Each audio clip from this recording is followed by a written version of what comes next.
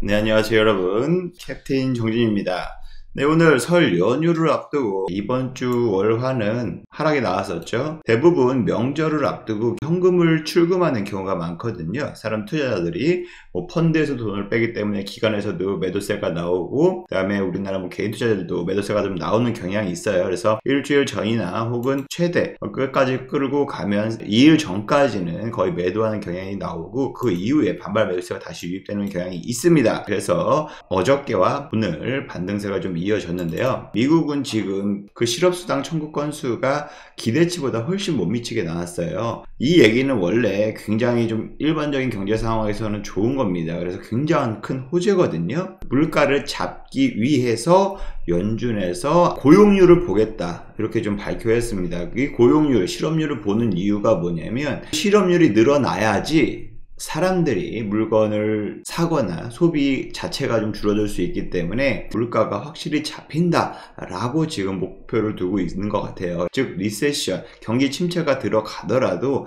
우리는 물가를 잡기 위해서 고강도의 긴축 정책, 즉 금리 인상 정책을 하겠다, 펼치겠다라고 좀 계속적으로 얘기가 나오고 있는 상황입니다. 지금 다행히 중국 경기에 아무래도 살아난다는 게 우리나라 증시에는 좀 더 긍정적인 영향일 수밖에 없어요. 중국이 그동안 코로나 봉쇄 때문에 공장도 제대로 안 돌아가죠. 공장이 안 돌아간다는 얘기는 뭐예요? 사람들이 지금 산업이 정상적으로 국가가 돌아가지 않는다는 뜻이거든요. 전 세계 공장이라고 할 수 있는 중국에서 이렇게 꽉 봉쇄 정책을 하다 보니까 공급망이 전 세계적으로 막혔어요.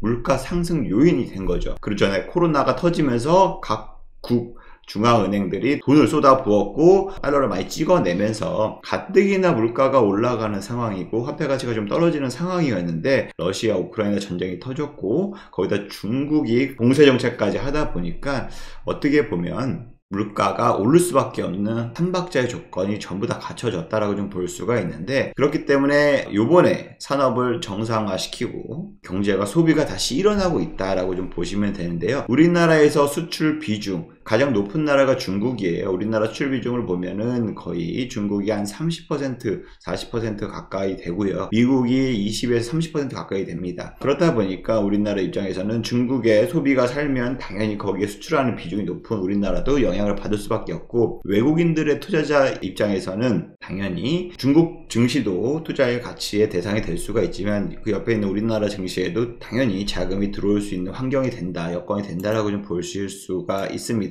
그래서 거의 1년 반 동안의 하락세가 좀 이어졌지만, 그나마 다행인 건 뭐예요? 반대로 저점을 다지고 있다. 작년 9월 달에 미국의 물가가 정점을 찍고 나서부터는 지금 바닥 찍고 반등하고 다시 내려왔지만 어쨌든 다시 올라가고, 그 전저점을 이탈하진 않고 이렇게 좀 평행속도로 다니면서 저점을 좀 다지고 있는 모습이거든요. 그렇기 때문에 리세션에 대한 공포를 좀 더 안 가졌으면 좋겠습니다. 하락이 나오더라도 솔직히 12월 내내 하락장도 좀 컸죠. 타격이 크긴 했었죠. 하지만 그럼에도 불구하고 저점을 이탈하지 않았다. 해석을 해보자면 앞으로 전망에 대해서는 제가 봤을 때는 1분기입니다. 1, 2, 3월 달 내에 분명히 바닥이 잡힐 것이라고 봅니다. 방향성은 상승으로, 반등은 2분기 이후부터는 충분히 나타날 수 있는 현상이라고 보고 있거든요. 경기 침체에 대한 우려 악재는 이미 우리는 다 1년 반 동안 주식시장에 다 반영이 됐어요. 주식시장이 실물 경제보다 6개월, 1년 선 반영이 되는 부분이 있거든요. 그래서 선행지수라고 볼 수가 있는데, 이러한 말은 뭐냐면 테마별로 공략하기가 훨씬 좋은 시장이다. 중소형주, 기술주들이 많은 이런 코스닥 지수에는 수급별로 테마 선정을 잘 한다면 선방하는 이러한 장세를 만들 수 있다라고 좀 보실 수가 있는데요. 1년 반 동안 굉장히 크게 물린 종목들이 많을 텐데 어떻게 대처해야 되는지, 손실을 최소화하는 방법에 대해서 제가 오늘 팁을 좀 알려드리도록 하겠습니다. 두 가지로 좀 나눠서 말씀을 드릴게요. 실전으로서 매매했을 때 사용하는 방법은요, 이렇게 월봉으로 볼게요. 월봉으로 보는 게 아무래도 이렇게 좀 큰 하락이 있는 시장이었던, 기간이었던 이 하락 시장이잖아요. 이것을 비춰서 얘기를 해볼게요. 이게 그냥 코스피 지수가 아니라 하나의 주식이다 라고 가정을 했을 때 주가지 차트가 이렇게 왔는데 제가 만약에 여기서 샀어요. 매수를 했는데 이게 갑자기 시장이 폭락을 하면서 내 주식이 이렇게 많이 떨어졌어요. 마이너스 뭐 30%가 넘어가 버렸어요. 이럴 때 가장 손절하고 싶은 욕구가 이때입니다. 끝났다. 이제 손절해야겠다. 나 못하겠다. 더 커질 수 없어. 더 우려가 돼. 더 금리 인상 계속한데 악재가 계속 나와요. 그럼 여기 손절하고 싶거든요. 그런데 이럴 때 하는 게 아닙니다. 손절이라고 하는 것은 반등 시장이 분명히 옵니다. 하락 추세가 있더라도 이렇게 하락이 계속 일직선으로 쭉 하락하는 게 아니라 보시는 것과 같이 오르락 내리락 오르락 내리락 오르락 내리락 오르락 내리락 이렇게 한 1, 2, 3 거의 3파동 4파동 5파동까지 보면서 하락세를 좀 나타내거든요. 이렇게 올라오는 반대 파동이 있을 때 손실을 비중을 줄이거나 하는 게 가장 손실을 줄이는 방법인데, 여기다가 오히려 손실을 더 최소화하고 싶다? 그러면 이렇게 크게 빠졌을 때 오히려 추가 매수를 해서 평균 단가를 낮춘 다음에 반등이 오잖아요.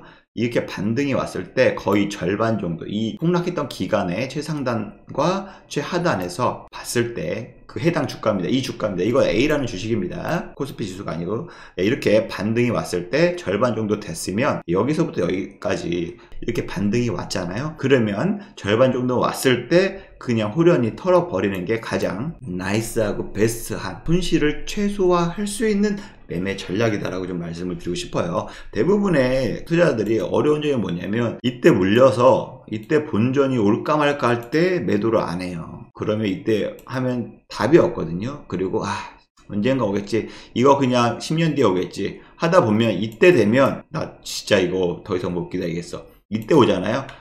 그냥 주식 안 해. 접어. 마이너스 70%, 80%에서 던져버립니다. 최악이죠. 손실이 최대화 됐을 때 접습니다. 이게 기본적인 투자 심리일 수밖에 없거든요. 그래서 제가 늘상 우리 회원님들한테 말씀드린 게 올라왔을 때 그냥 던져. 손절 있을 수밖에 없습니다. 주식 투자하는 데 있어서 안정적인 게 없고 100% 수익을 보장하는 상품이 아닙니다. 절대적으로 순간 변수가 굉장히 많은 주식시장에서는 빠르게 판단이 어떻게 손실을 최소화할 수 있는지 최대화할 수 있는지 하기 때문입니다. 만약에 삼성전자, 현대차, LG에너지솔루션 이런 대형주를 갖고 있다 하면은 중장기 관점으로 보시고 투자를 하시는 거잖아요. 차라리 이럴 때보다 점점점 추가적으로 모아가세요. 폭락장일수록. 어차피 장기적으로 끌고 갈 거니까. 우리 일반적인 대부분의 개인 투자자들은 억지로 장기 투자가 되는 경우가 굉장히 많잖아요. 그 장기 투자에 대해서 손실을 최소화하는 방법을 말씀드리자고 지금 말씀드리는 거니까 이러한 매매 전략 충분히 세우시고, 중장기더라도 아무리 좋은 회사라도 내가 싸게 사야죠.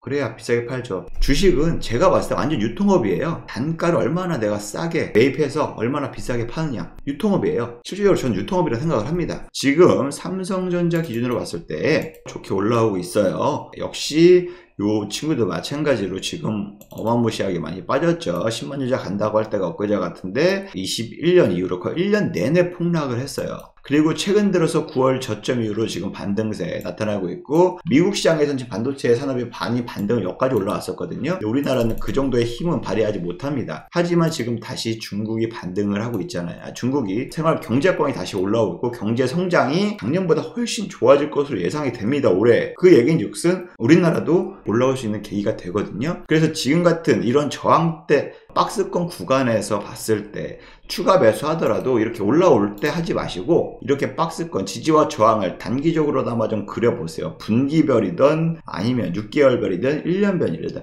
이게 좀 그려보시면 최저점부터 그냥 고점 왔다 갔다 여러 차례 시도했던 이 고점 부분이 저항대라고 단기적으로 잡고요. 보시죠. 8만원. 이때 가장 많이 물려 계신 분들이 평단가 가장 높아요. 이게 다 누구야? 개미 투자자분들이 많습니다. 8만원 기준으로 평단가를 갖고 계신 분들은 이런 5만 5천, 5만 7천 원 오잖아요. 그러면 더 물량을 담으세요. 충분히 담으셔도 됩니다. 리세션의 소리 듣고 나서 요까지 5만원까지 떨어진다 하면 추가적으로 담으셔도 됩니다. 지금 그러면 더 이상 돈이 없어요 하시는 분들은 신용으로서라도 신용 풀로 하지 말고 갖고 있는 비중의 한 절반 정도 비중으로서 신용 매수를 추가적으로 하더라도 이자 값은 내야 된다. 그건 명심하시고요. 갖고 계시면서 오히려 이렇게 올라왔을 때 이 박스권 다시 재차 상승하잖아요. 그럼 신용 물량 추가적으로 털어버리세요. 그러면 현금 플러스 현금 부분 생길 거 아닙니까? 여기서 여기까지 수익 난 부분에 대해서. 그렇죠? 그리고 다시 또다시 떨어졌을 때 그때 현금 생긴 거 이때 추가하면서 다시 하면 됩니다. 그럼 평단가 좀 떨어지겠죠. 그리고 신용까지 같이 좀 들어가요. 그리고 또 반등 왔어요. 요번엔 이걸 다시 한번 돌파하는 구간이 올 겁니다. 분명히 왔을 때 다시 요 현금 생기면 다시 현금 타고 가격을 점점점 낮춘다 생각하세요. 이런 식으로 삼성전자를 들고 계신 분들은 평단가를 낮춘 전략을 취하세요. 그러다가 만약에 내 가격 부근까지 올라왔어, 예를 들면, 그러면 과감없이 비중을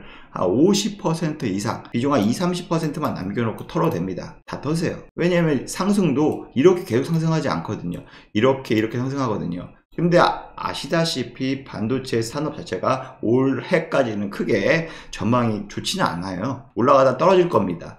그러면 이 떨어질 때 절반 이상 털었잖아요. 갖고 있는 거 요밖에 없어요. 그러면 이때 다시 떨어졌을 때 다시 나머지 물량 사세요. 그러면 평단가 정말 6만원, 5만원대로 낮출 수가 있는 거거든요. 그럼 그때부터 장기로 끌고 가는 겁니다. 이해하셨죠? 우량 대형주 매매하신 분들 이렇게 참고하시면 되고요. 그리고 이런 중소형주, 드림텍도 굉장히 좋은 회사예요. 맞죠? 하지만 지금 추세 자체가 꺾였어요. 저도 이때 매수했어요. 강하게 돌파하고 나서 이때 매수해서 떨어졌어요. 떨어지고 반 왔을 때 이때 추매를 안 했거든요. 놓쳐서. 근데 이때 추매했어요. 그러고 나서 12월에 폭락이 오니까 이제 더 떨어진 거죠. 그리고 나서 여기 올라왔는데 평단가가 아마 이만큼 될 거예요. 근데 저는 그냥 과감하게 여기서 그냥 다 던지자 말씀을 드렸거든요. 오늘 이 저항 때 그냥 기다리고 하는 것보다 차라리 지금 핫한 섹터에 들어가서 이렇게 단기 스윙으로, 어차피 처음 계획은 빠르면 일주일, 사자마자 올랐긴 했는데 더 욕심내다가 수익을 손실로 전환된 거니까 이런 부분은 어떻게 보면 이미 시장 환경이 바뀌었어요. 그럼 거기다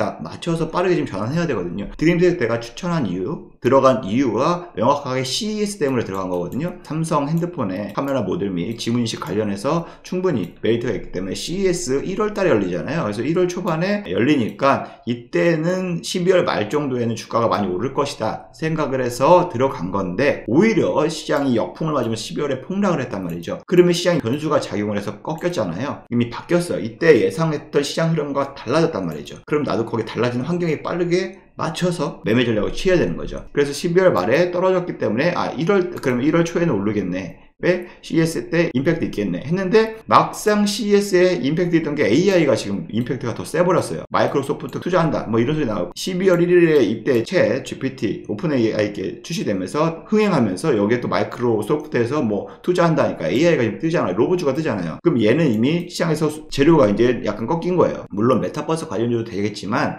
실질적으로 제가 느꼈을 때는 이미 바뀐 거 여기서 짧게 이거 제 4% 정도 손절하자, 5% 손절하자라고 마음먹고 한 거거든요. 그렇기 때문에 다음 차라리 이와 관련된 지금 핫한 섹터, 혹은 며칠 내로, 몇 주일 이내로 좀 강하게 섹터가 일어날 수 있는 섹터에 교체를 한 겁니다. 그럼 거기서 10% 20% 수익이 나면 여기에서 손절한 거 충분히 얻을 수 있고, 만약에 이걸 내가 갖고 가잖아요. 그러면 더 떨어질 수가 있는 상황이 발생할 수 있습니다. 그럼 여기에 대한 리스크가, 추매까지 한 상황에서 리스크가 더 커질 수가 있는 거예요. 이렇게 폭락하던 시장에서는 내가 어쩔 수 없이 끌려갔지만 지금 반등 시장에서 내가 다시 한번 끌려갈 이유가 없잖아요.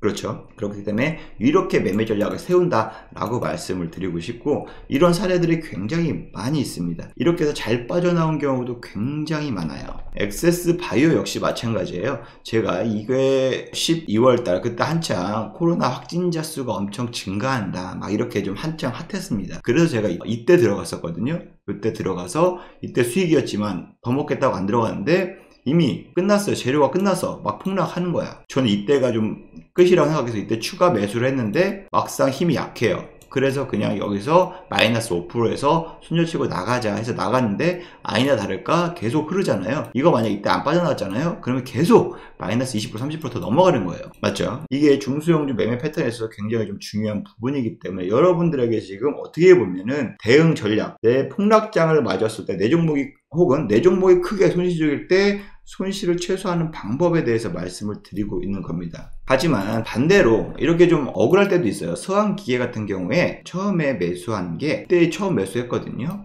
아무래도 우크라이나 재건 관련주다 보니까 우크라이나에 대해서 러시아 전쟁이나 이런 게 좀 약화되고 뭐 계속 협상이 나온다, 정상회담 하자 이런 얘기가 나왔기 때문에 재차 강등하겠다, 매물 소화하고 튀겠다라고 생각에 들어갔는데 예상외로 계속적으로 공격을 하고 있었잖아요, 러시아가. 그리고 12월 달에 폭락장 맞았잖아요. 근데 이때 또 추가 매수를 내가 안 했기 때문에 못 빠져나왔어요. 근데 솔직히 이때 빠져나왔어야 되거든요. 아니나 다를까 더 크게 손실을 보고 있던 거죠. 그래서 제가 이때 확실하게 추가 매수가 들어갔었고, 들어가면서 평균 단가가 여기에 맞춰져 있어요. 6,500원 선에 맞춰졌었거든요. 근데 제가 이때 저는 평단가까지 올 거라 생각하고 6,550원에 걸어둡시다 했는데 하필 재수없게 맞고 떨어지는 거예요. 그래서 이거 놓치면 다시 또 심하게 물리겠다 해서 이날 그냥 바로 마이너스 5%인가 요 사이에서 손절을 했거든요. 근데 재수없게 다음날 급등하면서 6,500원이 넘어왔어요. 뭐 이런 경우는 어쩌다 한번 나올 수 있겠죠. 근데 이런 어쩌다 한 번의 경우의 수 때문에 확률적으로 봤을 때 굉장히 위험하고 리스크가 큰 질질질 새는 이러한 것을 끌려다니면서 손실이 커질 때 최악의 상황, 즉 손실이 최대폭일 때 손절하는 경우가 굉장히 많기 때문에 이러한 부분을 조금이라도 여러분들에게 노하우를 알려드리고자 이렇게 말씀을 드린 거고요. 실질적으로 이런 경우의 확률도 분명히 있을 수 있습니다. 하지만 확률적으로 봤을 때 제가 이전에 말씀드렸듯이 긴 하락 추세의 시작과 끝이라고 하면은 여기에 중간 정도 올라왔을 때 털고 나가자. 대신 털고 나갈 때는 추가 매수를 이때 하자. 저점에서 찍고 올랐을 때 하고, 만약 추가 매수 못했다 하면 그냥 손실을 이 부분에서 보자. 절반이라도 보자. 이런 마인드로 중소형주에서 급등주 단기적으로 들어가 있을 경우에 강제 중장기적으로 끌려가지 마시고 이런 식으로 빠져나오면 손실 최소화되고, 이 종목 말고 다른 종목을 매수해서 투자하면 반드시 그 손실분을 만회할 수 있기 때문에 여러분들에게 말씀을 드리는 거니까 이 영상이 여러분들에게 좀 도움이 많이 됐으면 좋겠습니다. 제가 아무래도 이런 하락장 혹은 폭락하는 시장에서 대응하는 매매 전략에 있어서 여러분들에게 많이 좀 제시를 해드렸고, 거기에 따라서 수혜를 많이 보신 분도 있고요.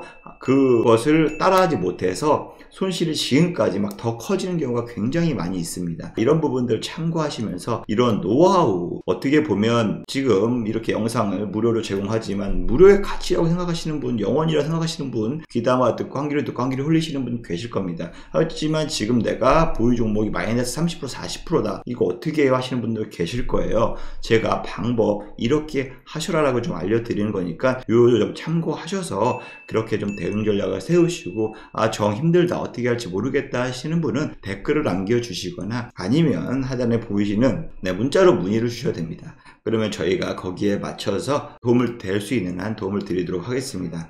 오늘 영상 여기서 마치도록 하고요. 설날 명절, 지금 명절이지만 즐겁고 행복한 풍성한 명절 보내시고요.